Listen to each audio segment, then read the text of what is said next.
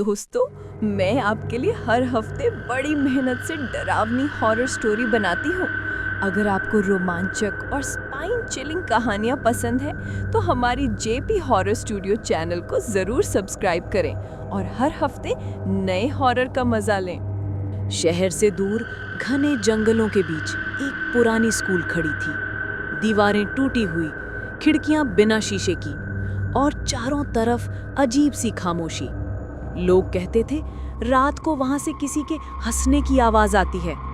कभी कोई खिड़की अपने आप बंद हो जाती तो कभी घंटी की धीमी गूंज सुनाई देती, जैसे कोई अब भी वहां पढ़ा रहा हो। किसी में हिम्मत नहीं थी उस जगह जाने की, लेकिन उस रात सब कुछ अलग था। 8 दोस्त, 4 लड़के और 4 लड़कियां ने तय किया कि वो आज उस रहस्यमय स्कूल की सच्चाई पता लगाएंगे।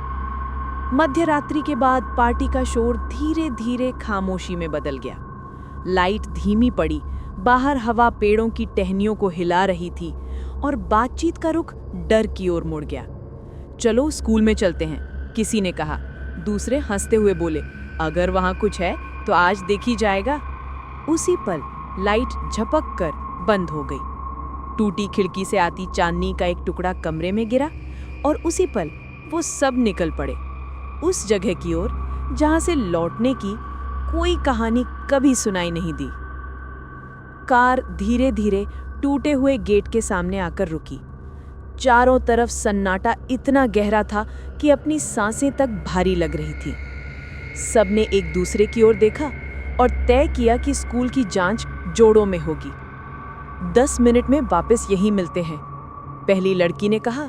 एक लड़का और वो लड़की अंधेरे में गुम हो गए। समय बीतता गया, 10 मिनट, 20 मिनट, आधा घंटा, पर दोनों वापस नहीं आए। हवा अब और तेज थी, जैसे जंगल खुद कुछ कहना चाहता हो। स्कूल की टूटी खिड़की के पीछे कोई साया हिला, या शायद वो सिर्फ किसी की कल्पना थी। दूसरी जोड़ी ने उठकर कहा, हमें उन्हें ढूंढना होगा। कार की लाइट बंद कर दी गई और वो भी धीरे धीरे अंधेरे में समा गए। अब कार के पास सिर्फ 4 लोग बचे थे, डरे हुए, थके हुए और पूरी तरह अकेले। दूर स्कूल के अंदर कुछ झिलमिलाया, जैसे किसी ने टॉर्च ऑन की हो, पर वो टॉर्च किसी इंसान के हाथ में नहीं थी। कार के पास अब सिर्फ 2 लोग बचे थे, आरव और मायरा। आसमान पूरी तरह काला हो चुका था। जंगल की हवा अब सिसकियों जैसी आवाजें निकाल रही थी। दूर स्कूल की खिड़कियों से हल्की सी नीली रोशनी झिलमिला रही थी, जैसे कोई मोमबत्ती बुझने से पहले आखिरी बार जल रही हो।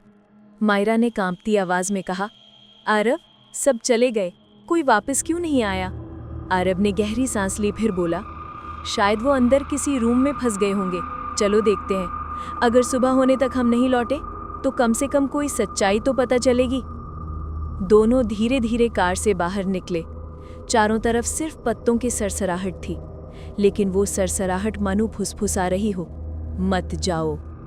स्कूल का दरवाजा अब खुला था, हालांकि पहले किसी ने उसे बंद होते देखा था। अंदर कदम रखते ही दोनों को लगा जैसे तापमान अचानक गिर गया हो। दीवारों पर नमी टपक रही थी और हर कदम की आवाज लंबी गूंज में बदल रही थी। दूर गलियारे के अंत में एक दरवाजा आधा खुला था। उसके पीछे से हल्की रोशनी और धीमा संगीत आ रहा था। वो वही पुरानी घंटी की टंकार थी जो अब किसी ताल में बज रही थी, जैसे कोई क्लास शुरू होने वाली हो। मायरा ने धीरे से कहा, तुमने सुना? कोई गा रहा है। आरव ने सिर हिलाया, हाँ, पर वो आवाज़ किसी इंसान की नहीं लग रही। दोनों आगे बढ़े। रास्ते में उन्हें बच्चों की नोटबुक्स, टूटी पेंसिलें और दूर में पड़े खिलौने मिले। हर चीज़ पर एक ही नाम लिखा था, मायरा। वो जम गई। आरव, ये कैसे? आरव ने झटके से नोटबुक उठाई। उसके अंदर ताज़ा लिखा हुआ एक वाक्य था, you finally came back Myra. Myra के गले से आवाज़ नहीं निकली, उसकी सांसें भारी हो गई। दीवारों पर वही वाक्य चमकने लगा, हर तरफ, हर कोने में। अचानक पीछे से किसी ने मायरा का नाम पुकारा।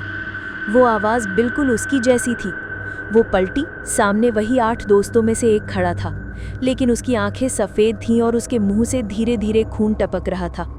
आरव ने टॉर्च उस पर डाली तो सामने कुछ नहीं था, बस फर्श पर गीले पैरों के निशान जो सीधे साइंस लैब की ओर जा रहे थे।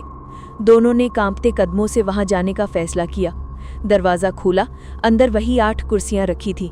हर कुर्सी पर किसी का नाम लिखा था और आखिरी खाली कुर्सी पर मायरा।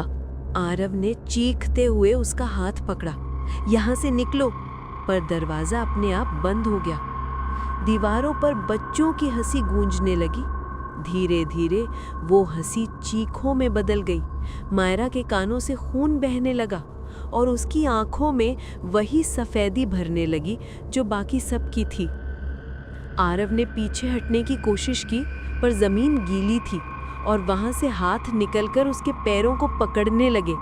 हर हाथ ठंडा, सूखा और मृत। ब्लैकबोर्ड पर अपने आप लिखा गया, लास्ट स्टूडेंट अराइव्ड। लाइट झपकी और फिर सब अंधेरा हो गया। सुबह जब जंगल में शांति लौट आई तो स्कूल की बाउंड्री पर बस एक आवाज गूंज रही थी, घंटी की धीमी गूंज और हवा में फुसफुसाता एक नाम, मायरा। सुबह का सूरज उगा तो जंगल अब भी अंधेरे में डूबा था। पक्षियों की आवाजें भी उस दिशा से गायब थीं जहां वो स्कूल था। स्थानीय गांव वालों ने रात भर अजीब आवाजें सुनी थीं, घंटी की टंकार, बच्चों की हंसी और किसी के रोने की हल्की सिसकी।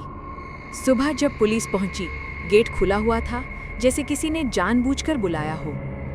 इंस्पेक्टर सिंह ने आसपास नजर दौड़ाई। कार वहीं खड़ी थी, अंदर किसी ने कुछ छेड़ा तक नहीं था, पर स्कूल की ओर जाते रास्ते पर 8 जोड़ी पैरों के निशान थे और उनके बीच में एक नौवा जो नन्हा था, जैसे किसी बच्चे ने भी उनके साथ चलना शुरू किया हो।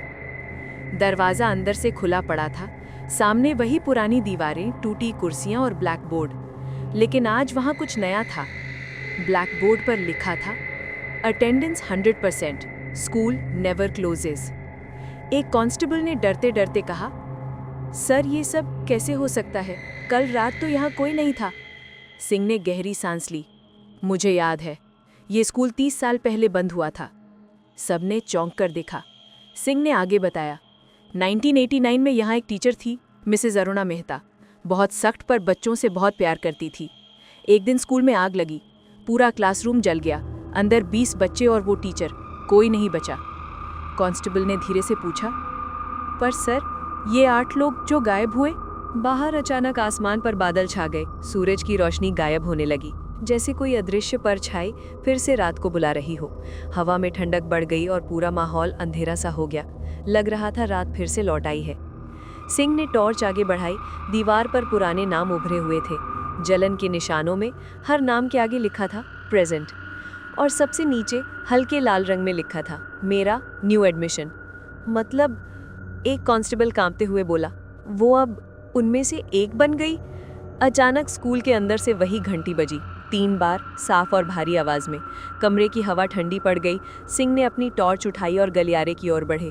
दीवार पर अब बच्चों के चेहरे उभरने लगे, सैकड़ों चेहरे, सब मुस्कुराते हुए। और तभी एक छोटी लड़की का चेहरा दीवार से बाहर निकला, सीधे इंस्पेक्टर के सामने। उसकी आंखें पूरी सफेद थीं और होठों से निकला सिर्फ एक वाक्य, मैडम क्लास शुरू कर चुकी हैं। दीवार पीछे से हिलने लगी और हर दरवाजा खुद ब खुद बंद होने लगा। हवा में वही पुराना स्कूल घंटी का ताल बजने लगा, टिंग टिंग टिंग। पुलिस ने भागने की कोशिश की, पर बाहर का गेट अब बंद था। जंगल से धुआं उठने लगा, जैसे पुरानी आग फिर से जिंदा हो रही हो। अचानक ब्लैकबोर्ड पर चौक अपने आप चलने लगी और लिखा गया, welcome back class of 89। Her police वाले का नाम धीरे धीरे बोर्ड पर उभरने लगा। सिंह ने आखिरी बार मुड़कर देखा। दरवाजे पर वही टीचर खड़ी थी, हाथ में पुरानी घंटी, चेहरे पर जली हुई त्वचा और गूंजती हुई ठंडी आवाज। आज की हाजिरी पूरी हुई। अगली सुबह गांव वालों ने देखा, स्कूल वैसा ही खड़ा था, बस अब ब्लैकबोर्ड पर एक नया नोट लिखा था, नेक्स्ट क्लास टुनाइट 12 AM।